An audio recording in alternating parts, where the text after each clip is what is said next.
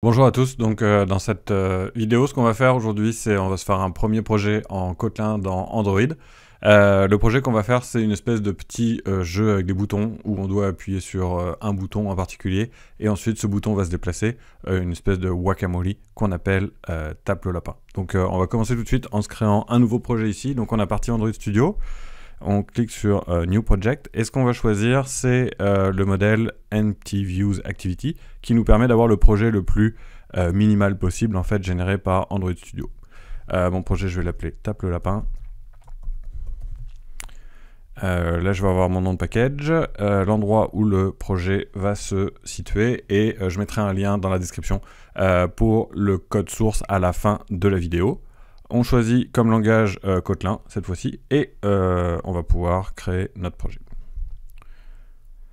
Donc là on va avoir Android Studio qui spin. Ce qu'on va voir c'est qu'en fait on va avoir une structure de projet avec des fichiers de code en Kotlin et des fichiers pour la mise en page, l'affichage finalement en XML.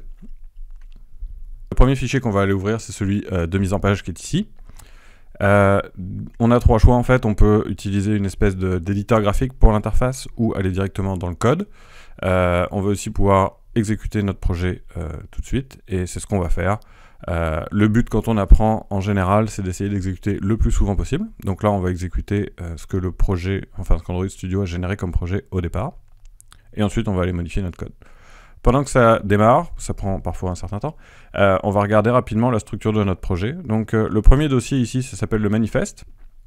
Ce qu'on va avoir là-dedans, c'est un fichier XML qui décrit en fait notre application et les différentes activités qui se trouvent dedans. Et le plus important, c'est ce filter, ce intent filter, qui décrit en fait quelle est l'activité de départ. Donc si on avait plusieurs activités ici, celle qui se retrouve à avoir ce truc-là, c'est celle qui va démarrer quand on va appuyer sur l'icône sur le téléphone. Ensuite, on va se retrouver avec un dossier qui s'appelle Kotlin plus Java, où on va voir le code, à proprement parler de l'application, et un dossier qui s'appelle res pour ressources, où on va avoir toutes sortes de ressources qu'on va explorer au fur et à mesure de notre découverte d'Android, mais celui qui va nous intéresser aujourd'hui, c'est celui de mise en page, layout, qui est ici, qui s'appelle Activity Main. Donc ici, on voit mon simulateur de téléphone qui vient de rouler mon application, et on voit que j'ai un Hello World en plein milieu. Donc ce qu'on va faire, c'est qu'on va commencer par modifier finalement notre mise en page. Donc au niveau de notre mise en page, en ce moment on a un constraint layout, on va transformer ça en linear layout. Linear layout c'est pas mal le plus simple, c'est-à-dire qu'en fait il va mettre chacun des widgets que l'on va rajouter dans notre interface les uns en dessous des autres, ou les uns à côté des autres si on décide de le faire horizontal. Donc justement on va lui spécifier qu'on veut qu'il soit vertical. Donc vertical, ce que ça veut dire c'est qu'il faut voir ça comme un empilement d'étages. Et pour tester ça, on va simplement rajouter un deuxième text view en dessous du premier. Alors, on va enlever toutes les contraintes qui sont ici. Les contraintes venaient avec le constraint layout, donc une mise en page qui est basée sur des contraintes. Oups, je vais plutôt copier ça. Qu'est-ce que ça veut dire des contraintes? Ça veut dire je veux que le bord gauche d'un widget soit aligné avec le bord droit de l'autre, etc. Donc comme toujours, on exécute souvent, on essaye de ne pas écrire trop de code sans réexécuter. Donc on a reparti notre appli, enfin je pense.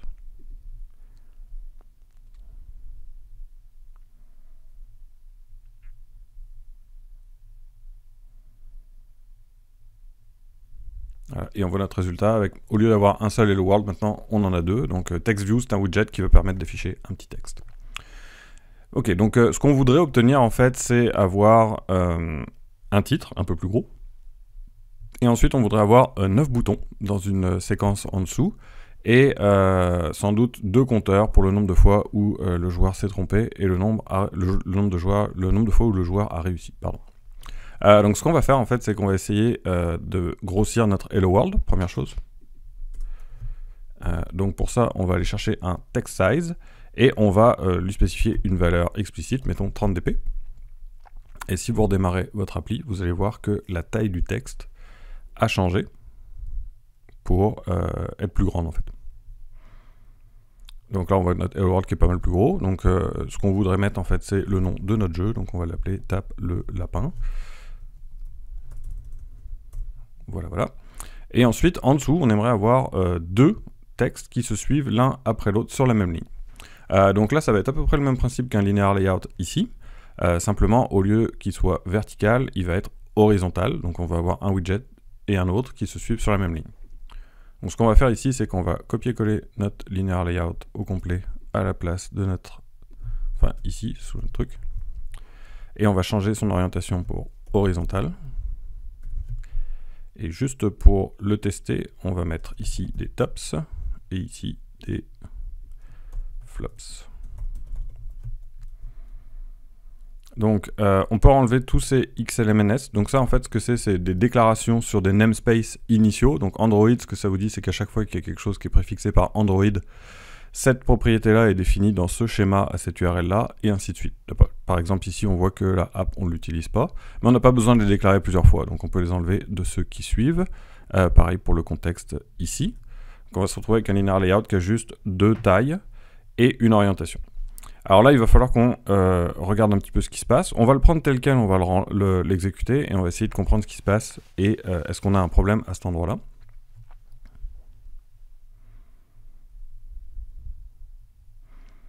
Donc ici, si jamais on regarde tape le lapin, ensuite on voit notre top et notre flop. Si jamais on va tout en bas de l'écran, on ne voit plus apparaître le deuxième Hello World. Donc en fait, ce qui se passe, c'est que comme notre linear layout, on lui a dit de faire match parent en hauteur, il essaye de prendre tout l'espace qui reste. Donc pour changer ça, on va lui demander de faire un wrap content, autrement dit, de ne faire que la taille des 2 éléments qui font le contenu. Donc en gros, il va calculer la taille de ce text view-là, de ce text view-là, et il va adapter le linear layout pour faire exactement la taille nécessaire pour les encapsuler entre eux. Par contre, en largeur, on veut qu'ils prennent toute la largeur. Donc on va garder notre tops, on va peut-être baisser un petit peu sa taille, et puis on va prendre notre flops et on va lui mettre une taille similaire, et on va réexécuter notre code. Donc là on voit notre tape le lapin, on voit notre top et notre flops, et maintenant ce qu'on aimerait bien avoir, c'est un peu d'espace autour de nos widgets pour que ce soit plus aéré. Donc première chose qu'on va faire, c'est sur le premier, on va mettre une margin. Donc là on voit qu'on peut soit spécifier une margin pour les 4 côtés, donc une marge qui va s'appliquer tout autour de notre élément, ou alors on peut spécifier en haut, en bas, au début de la ligne, à la fin de la ligne. Donc là on va y aller avec 30 dp, puis pour eux je vais mettre un margin de 20 dp. Oups, pas sur le linear layout, mais sur lui et sur lui. Donc c'est important d'exécuter souvent. Ce que ça va faire, c'est que ça vous permet tout de suite de voir ce que vous avez changé, quel est l'impact visuel. Vous pourriez être tenté d'aller dans l'éditeur graphique ici et de regarder ce qui se passe. Donc là, on va réouvrir l'éditeur graphique en plus grand. Donc ça nous donne un aperçu de à quoi va ressembler notre layout ici. Le seul danger, c'est que de temps en temps, l'éditeur graphique ne vous donne pas exactement ce que vous avez ici. Donc il est plutôt recommandé d'y aller directement avec votre code. L'autre chose aussi, c'est que la seule chose concrète qui reste, c'est ce fichier texte XML qui représente votre interface graphique. Ok, donc là on a top et flop. On voudrait changer leur couleur. Donc ce qu'on va faire ici, c'est qu'on va aller taper color. Donc à chaque fois qu'on commence à suggérer un attribut, on voit qu'Android Studio nous propose les différentes possibilités. Et nous, ce qu'on veut, c'est changer la couleur du texte ici. Donc on peut par exemple prendre color black. Ce qui est intéressant aussi, c'est qu'on peut cliquer dessus. Et là, il va nous demander d'aller rechercher des ressources, ou on peut directement aller sur custom, qui va nous permettre de choisir une couleur avec un color picker ici, ou en spécifiant directement les valeurs, ou en allant chercher des couleurs dans une palette prédéterminée. Donc là, par exemple, on voudrait avoir un top qui va être en vert. Pardon, je suis sur le flop. Donc on voudrait avoir un flop en rouge. Et pour le top, on voudrait avoir une variante de vert ici. Donc ce qu'on va faire, c'est qu'on va prendre la même palette, mais avec du vert. Et ça nous donne nos 2 couleurs, vert et rouge. Donc on a fait ça, on peut tout de suite réexécuter pour regarder ce que ça donne au niveau de notre interface. Donc on voit que les tops sont en vert et les flops sont en rouge. Ok, donc maintenant on va arriver à la vraie zone de jeu. Ça va être pour compter nos points. Ce qu'on veut, c'est ensuite avoir 9 boutons ici dans une grille. Donc comment on va faire une grille? En fait, on va faire 3 lignes de boutons. Pour faire une ligne de boutons, on vient de voir le principe qui consiste en gros à prendre un linear layout et ensuite à mettre des éléments dedans. Donc on va reprendre un linear layout horizontal. Le Hello World ici, je vais pouvoir l'enlever. Et je vais commencer à mettre d'abord un premier bouton dedans et regarder comment ça fonctionne. Donc On va avoir button ici. On va lui dire de prendre la taille de son contenu et on va dire ici que c'est un lapin. On peut enlever la couleur. On va diminuer un petit peu la taille du texte à 15. Et on va diminuer énormément la marge pour que le bouton soit le plus gros possible. Oups, c'est l'inverse.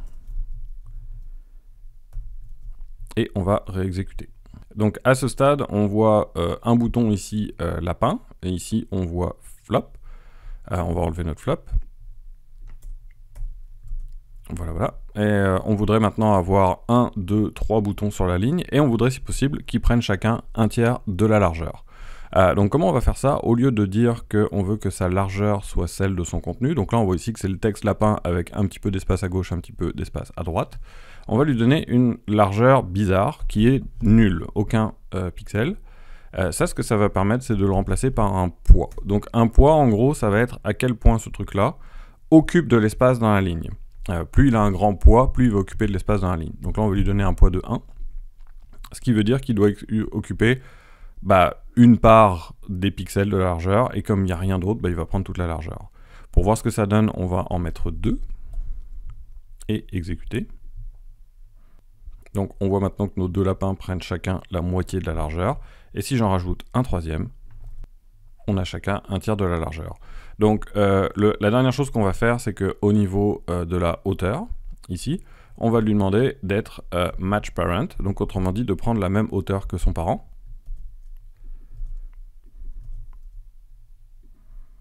Parce qu'en fait on veut prendre le maximum d'espace possible en hauteur.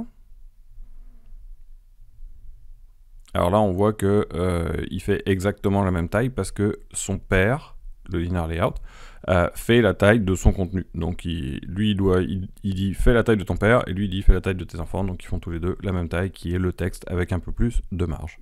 Donc pour changer ça, ce qu'on pourrait dire, c'est qu'en fait on veut que ce linear layout là occupe tout l'espace qui reste.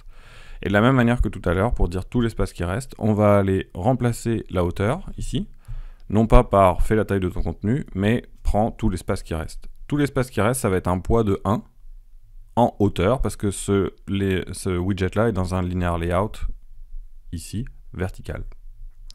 Donc on va avoir notre 0dp ici, et mettre un weight de 1. Si on réexécute, on va se rendre compte que le linear layout qui est ici, qui encapsule ces trois boutons, va maintenant occuper tout l'espace. Donc maintenant on a trois très gros boutons qui prennent toute la hauteur. La seule chose qu'on va avoir à faire, c'est répéter cette ligne-là 3 fois. Alors on l'avait déjà une fois, on en a rajouté 2, et regardez ce qu'on obtient comme résultat. Ok, donc à ce stade, ce qu'on a, c'est qu'on a 9 boutons, qui pour l'instant ne font rien, un texte avec le titre de notre jeu, et 2 compteurs. Donc maintenant ce qu'on va vouloir, c'est programmer le comportement de cette interface graphique-là au niveau de notre code. Donc on va pouvoir fermer notre fichier Android XML. En général, on commence toujours par l'interface graphique. L'interface graphique et son organisation pose des problèmes, mais pas en termes de code. C'est relativement simple de le faire fonctionner. Et c'est dans le code qu'on va avoir les plus gros bobos habituellement. Donc la première chose qu'on va faire au niveau de notre code, c'est qu'on va activer le view binding. Donc c'est une manière de procéder en Android qui est quand même relativement courante maintenant, qui permet d'avoir relativement facilement, enfin plus facilement accès à chacun des objets graphiques de notre interface. Donc on n'a pas forcément besoin de connaître par cœur la manière d'y accéder. Ce qu'on peut chercher, c'est Android activate view binding. Et on va aller regarder la doc d'Android qui nous indique comment le faire. Donc au niveau du setup, il va vous spécifier que vous avez 2 formats, Groovy ou Kotlin. Ça en fait, c'est une variation sur la syntaxe de notre fichier build.gradle. Donc les fichiers build.gradle, on n'en a pas encore parlé, mais ils vont se retrouver ici, dans les Gradle scripts. Et nous, on a des fichiers qui finissent par .kts, qui veulent dire que c'est des scripts Kotlin. Vous en avez 2, un pour le projet, un pour le module. Et notre application est en fait un module à l'intérieur de notre projet. Donc ce qu'on va faire, c'est qu'on va aller sélectionner celui du module, notre interface graphique, et on va aller copier cette ligne, build feature, dans la balise Android de notre fichier.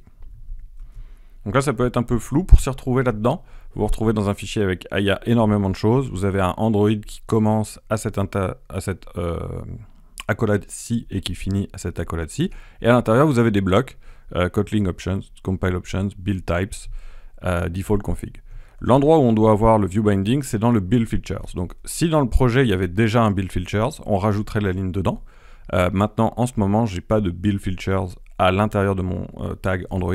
Donc, ce que je vais faire, c'est que je vais le prendre et le rajouter directement à l'intérieur au même niveau que ces différents tags-là. Une fois que ça c'est fait, il va falloir que je synchronise mon projet. Ça, ce que ça veut dire, c'est que ça force Android Studio à relire mon build.gradle et à redéclencher toutes les actions qui correspondent aux ordres que je lui ai donnés dans la description et dans la configuration ici. Une fois qu'on a fait ça, ce qui va se passer, c'est qu'au niveau du main activity, Android Studio va générer automatiquement des classes qui correspondent à chaque fichier de layout. Donc si je prends mon fichier activity main ici, il y a maintenant une classe qui s'appelle activity main binding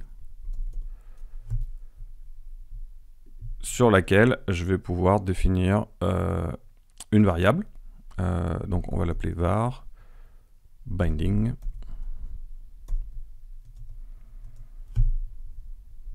Et on va pouvoir aller importer notre activity main binding. Donc notre var, on va simplement spécifier qu'elle est late init. Oups, pardon, c'est avant.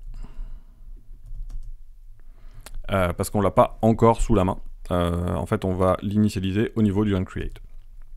Donc si on suit les instructions qu'on nous donne ici, on vous spécifie que dans votre layout, on va aller spécifier des ID sur tous les widgets. On va le refaire juste après. Et ensuite, dans les activités, on a cette définition-là. Donc c'est ce qu'on vient de taper juste avant. En fait, on pourrait rajouter le fait qu'elle est private, donc limitée à la classe. Et ensuite, on vous spécifie que pour aller récupérer notre interface graphique au niveau de l'activité, il va falloir suivre ces lignes-ci. Donc c'est ça qu'on va faire. On va aller chercher notre activity main binding et on va lui demander de inflate ce binding-là dans notre activité. Donc ça, ce que ça veut dire, c'est que il prend le fichier XML là, qu'on vient de produire, il va créer les objets Java ou Kotlin, enfin les objets au niveau de la mémoire vive dans notre application, et les rattacher à notre activité. Donc à partir de ce moment-là, le moment où tous ces objets-là sont rattachés à l'activité, c'est quand on fait le setContentView. Donc là, on peut redémarrer notre activité pour s'assurer qu'on n'a rien cassé. Donc on a toujours nos 9 lapins, nos top flop et notre tape le lapin. Pour l'instant, on n'a rien fait. Donc pour aller récupérer nos objets maintenant, il va falloir qu'on leur attribue des ID. Donc ce qu'on va faire, c'est qu'au niveau de notre fichier XML, on va aller déclarer les ID de chacun de nos éléments qu'on veut manipuler. Donc on veut principalement réagir à l'appui sur les boutons. Et quand on va appuyer sur un bouton, on va potentiellement vouloir changer les compteurs pour top et flop. Donc on va récupérer top et flop en leur donnant des ID. Donc comme on fait pour ajouter un ID, on va arriver ici, on va taper ID et on va voir qu'en fait Android Studio comprend à peu près ce qu'on veut faire. On veut déclarer son ID et on veut le créer. Donc le +, ce que ça veut dire, c'est qu'on est en train de le définir pour la première fois. On ne fait pas référence à un ID qui existe déjà. On va les appeler TV pour Text View, tops. Et ici, top view, flops. Les noms des ID peuvent être relativement variés. Maintenant, c'est simplement qu'il faut être capable de retrouver quel objet auquel on fait référence. Donc on peut avoir des conventions de noms qui varient. Si vous voulez que tous les boutons soient des BTN et que tous les text views soient des TV, par exemple, ça peut être une possibilité de s'y retrouver. Donc là, on va faire la même chose pour chacun de nos boutons. Donc moi, je vais l'appeler BTN1. Et on va appeler les autres BTN2, BTN3 jusqu'à 9. Et finalement BTN9. Donc si on revient ici, maintenant ce qu'on va pouvoir faire, c'est par exemple essayer d'aller récupérer un de ces widgets et par exemple changer son texte juste pour faire notre première manipulation à partir du code. Donc on va aller chercher notre binding. Et quand on fait point sur le binding, on va se retrouver à avoir un accès direct à tous les widgets qu'on a déclarés dans le layout. Donc par exemple, si jamais je prends mon TV tops, Maintenant, je suis sur cet objet-là, donc j'ai récupéré une référence vers l'objet, et je vais pouvoir faire un point. Donc par exemple, le classique, c'est un set-on-click-listener, c'est-à-dire qu'on va réagir au fait que quelqu'un tape dessus. Ici, on va taper click listener, et on voit qu'en fait, Android Studio va nous générer automatiquement le squelette de code, et là-dedans, on va pouvoir indiquer quel est le code qui réagit au clic. Alors on voit aussi qu'on a IT qui est it en fait en anglais, ceci, qui nous donne une référence vers l'objet qui a été cliqué. Donc à cet endroit-là par exemple, on pourrait faire un print ln de coucou. Donc on va réexécuter notre code. Alors on a notre bouton tops ici, on va appuyer dessus et on voit rien qui se passe. Pourquoi on voit rien qui se passe? Pour plusieurs raisons. D'abord, on n'a pas vraiment la garantie que ce code-là soit exécuté. Et ensuite, quand on fait un println, ça s'affiche dans la console, et notre téléphone n'a pas particulièrement de console. Il n'y a pas un petit écran blanc, noir en bas, qui nous affiche les messages qu'envoie le système d'exploitation. Donc comment on va faire pour accéder à la console, et comment on va vérifier que le code s'exécute, c'est les deux choses qu'on va faire dans la suite. Donc on va arrêter d'exécuter notre code en mode d'exécution normal, et on va l'exécuter en debug. Le debug va nous donner la capacité d'arrêter le temps et de regarder précisément ce qui se passe. Donc pour bien comprendre ce qui se passe en debug, on a un point d'arrêt ici, et on va cliquer sur tops, et on va se rendre compte que l'exécution arrive ici. En ce moment, l'exécution est bloquée sur le point d'arrêt, justement, et nous permet de voir qu'on est bien passé par notre code. Alors c'est intéressant, comme c'est intéressant, on va en mettre d'autres. On va en mettre un ici, pour regarder quand est-ce qu'on passe à cet endroit-là, et un line breakpoint, ici pour regarder ce qui se passe au niveau de l'exécution. Donc on voit que quand on part de notre application, l'activité passe par le onCreate, on déclenche cette première ligne-là. Si on saute une instruction à la fois, on peut passer à celle d'après. Donc là, en ce moment, ce qu'on a exécuté, c'est cette ligne-là, et celle-ci est au bord de s'exécuter. La ligne qui est soulignée en bleu est toujours celle qui est au bord de s'exécuter. Et ensuite, on peut aussi faire la flèche de redémarrage de l'application qui va repasser en vitesse normale jusqu'au prochain point d'arrêt. Donc si j'appuie ici, en fait, ce qui va se passer, c'est que ça et ça va s'exécuter à vitesse normale, et ensuite on va s'arrêter sur le prochain point d'arrêt. Donc là, on voit qu'on est passé par le point d'arrêt onCreate, on a fait le set onClickListener, et notre application démarre. On n'est pas passé par ce point ici, parce qu'en fait, ça c'est le code pour réagir à un clic, et pour l'instant, personne n'a cliqué sur Tops. Donc si on clique sur Tops maintenant, on voit qu'on ne passe pas sur les deux autres. Ces deux-là se sont faits uniquement à l'initialisation, mais par contre, le dernier se déclenche à chaque fois qu'on clique. À chaque fois que vous cliquez là-dessus, ça relâche le flow de l'exécution. Donc on est capable de réagir au clic sur Tops. On serait aussi capable, par exemple ici, de prendre notre objet tvtops. C'est un point ici. Et de changer son texte. Donc là, ce qu'on va faire, c'est un set texte. Et on va lui passer un autre texte. Et ici, on va dire lapin. Et on va réexécuter notre code. Donc on voit qu'on s'est arrêté sur le premier breakpoint. On voit aussi que tant qu'on n'a pas fini le onCreate, l'activité n'arrive pas à l'écran. Donc c'est vraiment l'initialisation. Tant qu'on n'a pas fait ça, on ne voit pas l'écran. Et ensuite, si jamais je tape sur top, on voit qu'on fait le println coucou. Et ensuite, on change le texte à lapin. Alors l'autre élément qu'on voulait voir, c'était où est la console. La console, on va la trouver dans le menu View, Tool Windows, et à cet endroit-là, vous allez trouver quelque chose qui s'appelle Logcat. Logcat, c'est l'utilitaire de Android où en fait on retrouve toutes les traces du système, les messages du téléphone, du système radio, du Wi-Fi, etc. Donc nous, ce qu'on veut, c'est essayer de trouver l'endroit où on a tapé coucou. Et on voit ici qu'à chaque fois que j'ai appuyé sur coucou, en fait, ça a créé un élément dans la trace du téléphone. Et on les voit tous apparaître ici. Si je reclique dessus, on repasse par mon breakpoint. Et dans mon logcat,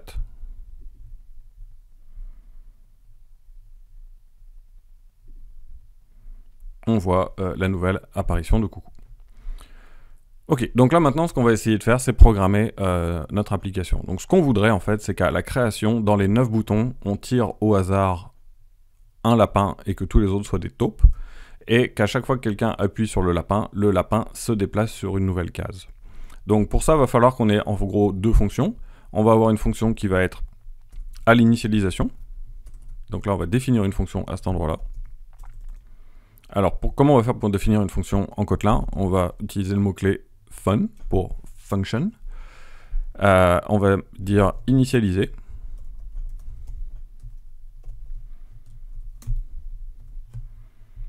Et puis, on va pouvoir se faire une autre fonction pour dire changer, enfin, réagir au clic.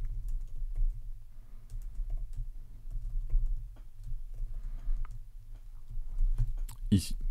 Ce qu'on va faire dans l'initialisation, c'est deux choses en fait. Choisir une case pour le lapin au hasard et mettre tous les autres à taupe. Donc pour ça, on veut en fait avoir une liste avec tous nos boutons dedans et pouvoir en choisir un au hasard qui va être le lapin. Pour faire ça, on va sans doute l'initialiser au tout départ. Donc en fait, ce qu'on va faire ici, c'est qu'on va se faire une liste des différents boutons. On va la définir dans l'activité parce qu'on veut pouvoir y avoir accès de plusieurs méthodes. Donc en gros, on va la définir dans l'onCreate, mais on va pouvoir la réutiliser dans initialiser et la manipuler et y accéder aussi dans réagir au clic. Donc pour qu'une fonction soit, une variable soit accessible à plusieurs méthodes dans une classe, il faut qu'elle soit définie au niveau de la classe et pas au niveau de la méthode. Donc ici, ce qu'on va faire, c'est qu'on va définir une var qu'on va appeler la liste des boutons. Et on va définir son type comme une liste de button. Donc à cet endroit-là, il nous dit qu'il faut qu'on importe button. Et il nous dit aussi que cette liste n'est pas encore initialisée. Donc là, ce qu'on dit, c'est qu'on va l'initialiser plus tard. On ne veut pas que cette variable-là puisse être nulle, mais on veut qu'elle soit initialisée plus tard. Et en fait, on veut aussi qu'elle soit private. Donc on se retrouve avec la même signature ici, une private letinit var pour notre liste de boutons. Une fois qu'on a notre liste de boutons, on va arriver ici et on va dire qu'on veut qu'elle soit initialisée avec les différents boutons. Alors pour ça, on va dire que c'est une list of et on va lui passer chacun des boutons qu'on va rajouter dans la liste. Donc là, on va aller les chercher un par un, binding.btn1. La liste est séparée par des virgules. J'ai sauté des lignes pour la lisibilité, mais ça pourrait être sur une seule ligne.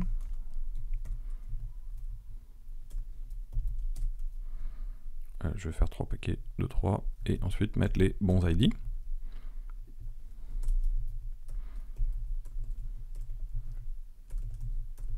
Donc cette liste-là, en fait, va me permettre d'accéder à chacun des boutons facilement avec une boucle. Donc à la fin de mon onCreate, je vais appeler ma méthode initialiser. Et ce que je vais vouloir faire, c'est... alors, je vais me faire un tout petit test au départ, pour simplement regarder ce qui se passe, en disant btn dans liste des boutons. Et pour chacun des boutons, ce que je vais faire, c'est que je vais lui changer son texte.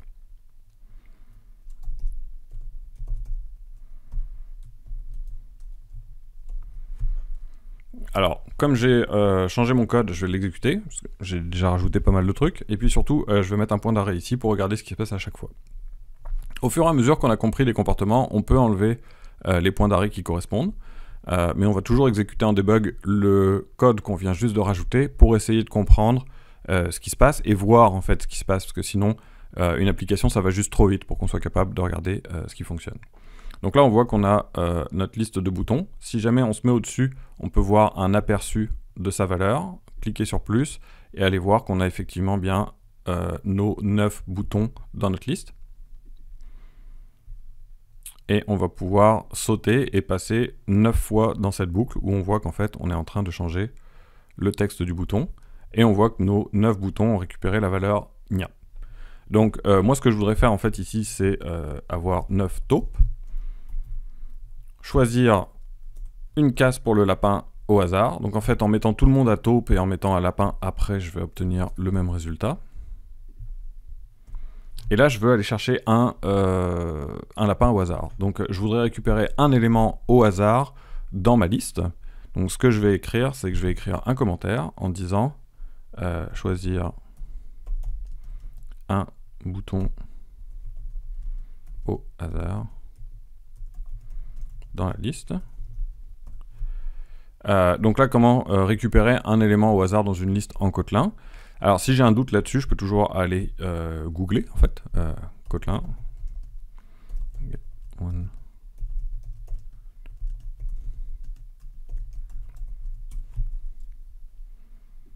Alors, la plupart du temps, vous allez tomber soit sur un article, soit sur un Stack Overflow.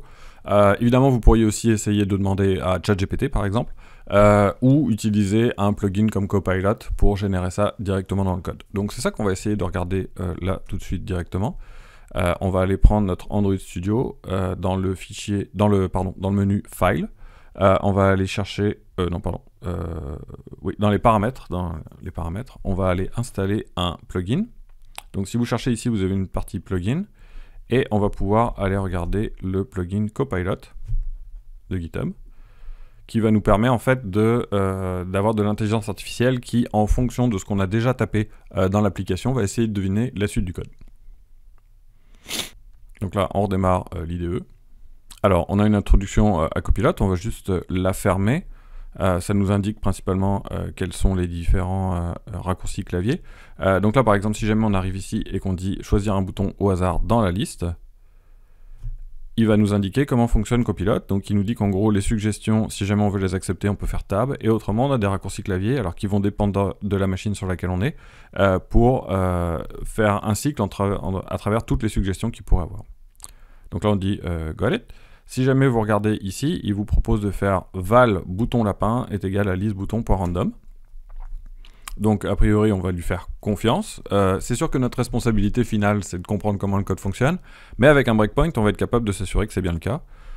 Puis ce qu'on va faire maintenant c'est qu'on va dire que bouton lapin, on va lui changer son texte à lapin.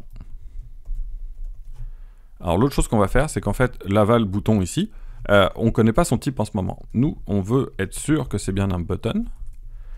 Et donc, on va annoter notre variable ici avec button pour être bien sûr que tout ça a bien le bon type et celui auquel on s'attend. Donc là, maintenant, on va mettre un breakpoint ici parce que c'est ça qu'on veut inspecter et on va l'exécuter en debug.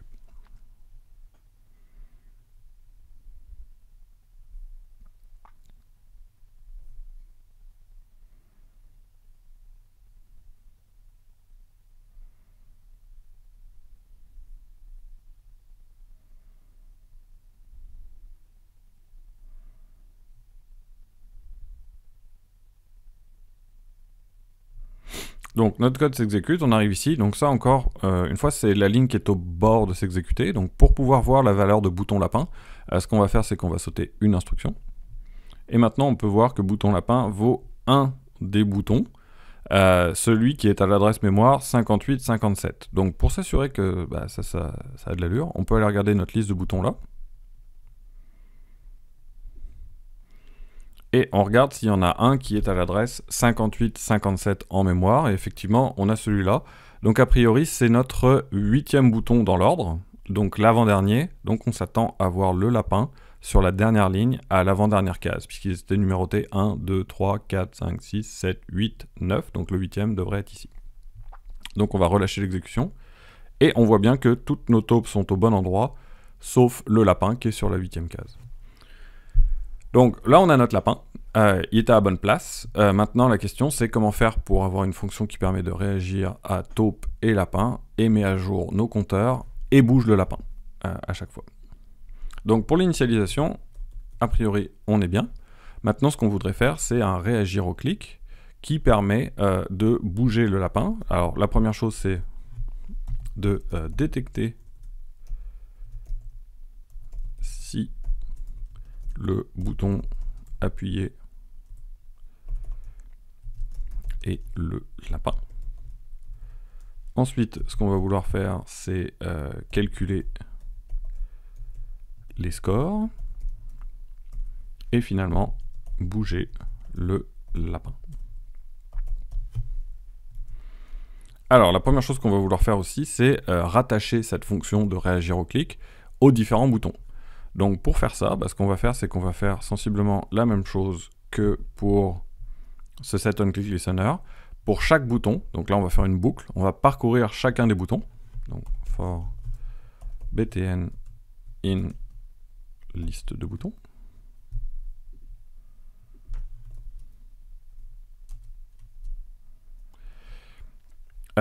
Donc là, on voit qu'il a compris ce que je voulais faire. Donc là, c'est ce que Copilot fait. Copilot regarde, il se dit, pour chacun des boutons, il veut rajouter un onClickListener qui lui donne réagir au clic. Alors là, le seul problème que j'ai en ce moment, c'est que le réagir au clic ne sait pas quel bouton, à quel bouton il correspond. Ici, on va avoir le hit. Donc ça, c'est le hit, c'est le bouton qui a été cliqué.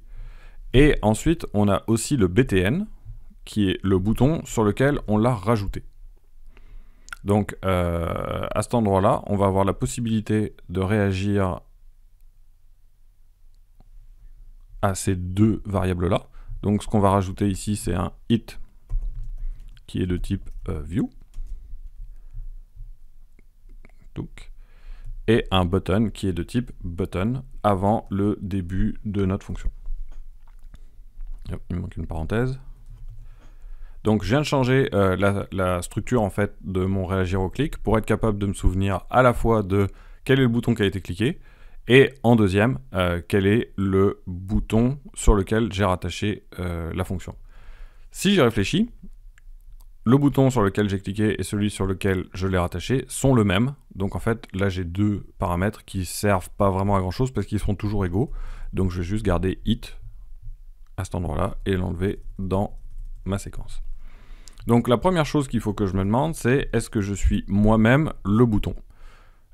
Donc là, il nous dit bouton cliqué va être button égale IT as button. Donc en gros, ce qui se passe, c'est que IT pour l'instant c'est une view et on essaye de vérifier que c'est bien un bouton. Et ensuite, on devrait essayer de regarder si le bouton qui a été cliqué est celui dont le texte est lapin. Donc là, il nous suggère une possibilité qui est de regarder le texte. Si le texte est lapin, ça veut dire que j'ai retrouvé le bon. Ce qu'il fait ici, c'est qu'il clique le bouton à taupe et ensuite il initialise. Donc, bizarrement, Copilot a compris exactement ce que je voulais faire. Il voulait faire en sorte que si le lapin a été cliqué, je le passe en taupe et je réinitialise pour aller rechercher un lapin au hasard dans ma boucle. Donc ça, c'est le premier truc. Moi, je voudrais aussi avoir un else pour le cas où ça n'est pas le point, ça n'est pas le cas, et dans ce cas-là, effectivement, je voudrais mettre à jour mon score à cet endroit-là. Donc, en fait, on fait les deux en même temps, c'est-à-dire que quand on va détecter si le bouton est gardé ou pas, on va mettre à jour les scores. À cet endroit-là, il faut qu'on garde le score. Donc le score, c'est pas quelque chose qu'on peut avoir dans notre fonction, parce qu'il faut que ça survive à un clic. Le score va être gardé sur toute la durée de l'application. Donc de la même manière que la liste doit être gardée aussi au niveau de toute l'application, il va falloir ici que je me définisse deux variables pour le score. On va l'appeler score tops et qu'on va initialiser à 0. Et on va avoir un var score flops qu'on va aussi initialiser à 0. Donc une fois qu'on a tout ça, on va se retrouver ici et en gros, ce qu'on va devoir faire ici, c'est de dire que notre score de tops, parce qu'on a réussi à taper le lapin, augmente de 1, et que si c'est pas le cas, on veut que notre score de flops augmente de 1. Alors, une fois qu'on a augmenté nos scores, on les a augmentés dans la mémoire du téléphone, mais on n'a pas mis à jour l'interface pour le faire. Donc ce qu'on va faire, c'est que la dernière chose, donc ça on l'a déjà fait dans notre boucle avant, on va vouloir mettre à jour l'affichage des scores. Et donc là, il comprend qu'on veut ajouter dans TV Tops le texte avec ensuite le score Tops. Et il va sans doute comprendre qu'on veut faire la même chose avec le score Flops. Donc, ce qui devient un petit peu perturbant, c'est que là, en fait, on a écrit à peu près la moitié du code, peut-être même un petit peu moins, et qu'en fait, on va avoir Copilot qui écrit une grande majorité du code. C'est pas un problème fondamental à partir du moment où on est capable, nous, en le débuguant, de s'assurer qu'on a exécuté exactement ce qu'on voulait faire. Donc on va réexécuter en debug et essayer de regarder les deux cas de figure quand je réagis au clic en fonction de est-ce que c'est un top ou un flop, est-ce que j'ai le bon comportement. Donc on a notre première initialisation. Celui-là, on va garder le breakpoint, mais on va l'exécuter directement. Et on se retrouve ici avec en ce moment notre lapin qui est à la dernière position ici. Donc ce qu'on va faire, c'est qu'on va tester les deux cas d'utilisation. Celui où on arrive à taper le lapin. Donc je viens de taper le lapin, j'avance ici et je vois que mon bouton cliquer a l'air d'être le bon. Donc je vois ici la valeur de son adresse, mais je peux aussi aller regarder au niveau de mon debugger avec l'évaluateur d'expression. Donc ce que je vais faire, c'est que je vais cliquer droit ici sur mon expression et je vais aller chercher Evaluate Expression. En général, vous avez un raccourci clavier. Et ça va me permettre à tout moment, au moment où on est bloqué dans l'exécution, de regarder ce que vaut quelque chose. Donc si je fais bouton clic.text, je vois que c'est bien égal à lapin. Et si je saute une expression, je me rends compte que je tombe dans le bon bloc, c'est-à-dire celui qui va changer son texte à taupe, et ensuite réaller initialiser. Donc on voit que mon exécution de réinitialiser se fait. J'arrive ensuite ici, je vais descendre pour aller changer le texte de tops et de flops, et je vais sortir de mon code. Donc a priori, je suis passé exactement à l'endroit où je voulais, et j'ai bien compté un tops, et je vois ici que mon lapin a été déplacé. Maintenant, je vais tester le deuxième cas de figure, qui est un bouton qui n'est pas le bon. Donc j'arrive ici, toujours pareil, je récupère mon bouton correctement. Là, je vais aller regarder son texte. Si jamais je regarde son texte à cet endroit-là, je vois que c'est taupe. Donc je vois que taupe ne va pas être égal à lapin. Et donc je passe bien dans mon deuxième bloc. Je vais mettre à jour mon score, et me rendre compte qu'à la fin, je vais quand même mettre à jour mes deux scores correctement et relâcher l'exécution. Donc on se retrouve avec notre top et notre flop qui sont mis à jour.